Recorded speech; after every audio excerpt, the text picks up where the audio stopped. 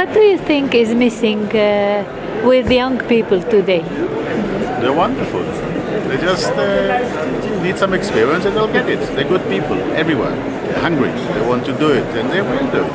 And the world belongs to the young people, but also to the older ones.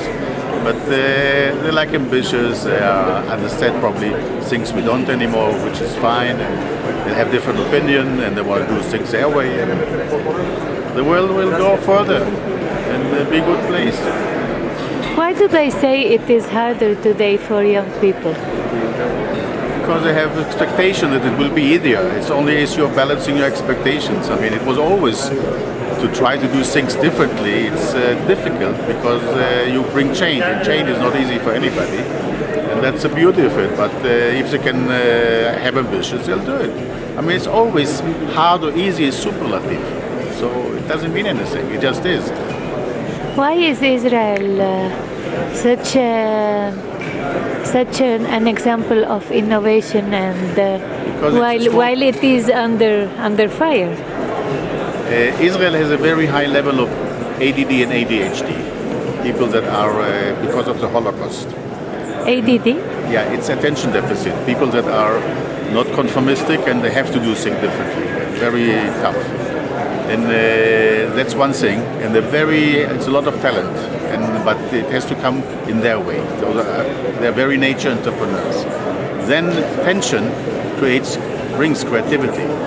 So you have to take your problem and do something.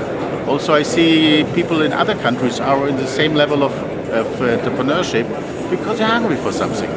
You'll see a lot of Chinese people in the States, you see a lot of everywhere. I mean, the same thing, the pressure and the problems here are the birth of the future, which is fine. I mean, you want to come from A to B and be successful. And it depends on the people if they want to do it. And everybody can make the difference. Not easy, but who promised easy? Life is all about learning. Why is the Holocaust cause for... The most survivors of the Holocaust there were the higher percent of ADD and ADHD because they are better survivors. And every population around the world that went through a similar condition will have higher level of ADD and ADHD. And that goes, and it's genetic, so it goes for many generations. And why, if they have so much innovation, they are unable to make peace with the Palestinians? Oh, this is politics. You know, Bismarck once said that wherever they make sausages and politics, don't look. It's not a nice view. We found that we are a small country, we have to export our goods. And while if we export our goods, we can try to export our unemployment. So we ended up choosing the Swiss and the Swedish model as our model, on purpose to try to go to the world and make some customer happy. And as I told the young entrepreneurs this morning, the rules are not that difficult. The first rule of the business says, if you sleep on the floor, you will not fall off the bed. That's number one. The last rule says that if you want to remember somebody for a very, very long time, just give him a loan. You'll be okay. The other issue was that we found that we have to adapt the rules of the family, we have to adapt the rules of the business. And the first rule of the family, again, I'm repeating what I said this morning, mama not happy, nobody happy. This even I understand. And the second thing is customer not happy, nobody happy. And also if the people you work with and that are working for you are not happy, you're not going to be happy. It's not very scientific. On the other hand, the world is changing. I feel like 24, but I'm not. And the changes in the workspace are painful because we normally are a little late. The fact that we have our eyes in the front can save us because we should look forward and look forward and walk backwards. And we have to depart sometimes from our past a little faster. We worked in 62 countries coming out of Israel and made operations in 62 countries. And the first thing we learned that we do not understand other culture. And the only solution for this is to respect the people, respect the local systems and knows that we don't know. And the second that we understand that we don't, we have a good beginning. Over the years, we found that to complain about this or that or a government, it's not a working agenda. It's not good enough. I remember when people used to come and say to me, oh, there's a big recession in Europe. And we used to ask them, what's the story? Are you selling to a economy or are you selling to customers? Find another customer, find another product, do something good for somebody. And first people are, every time we complain about something, it means that we still do not know what to do. So we don't like to be too long in not knowing what to do. We working in 62 countries from Japan to Argentina to anywhere around the industrial world, also here in Mexico. We learn that people are hungry for success. And the reason that everybody wants to be a winner, not a loser, I haven't found anybody that wants to be a loser. Because winners write the history, we want to write history. And then we found that it's not enough to be chief of the best ideas, or to earn the most amount of money, or not to earn enough money to be able to support yourself and be ready for a rain day, mistake day, and growth day. And we accept, maybe the people here will not make mistakes, but I do, lots of them. I can write books about mistakes. And I love my mistakes because they are mine. I don't get married with them.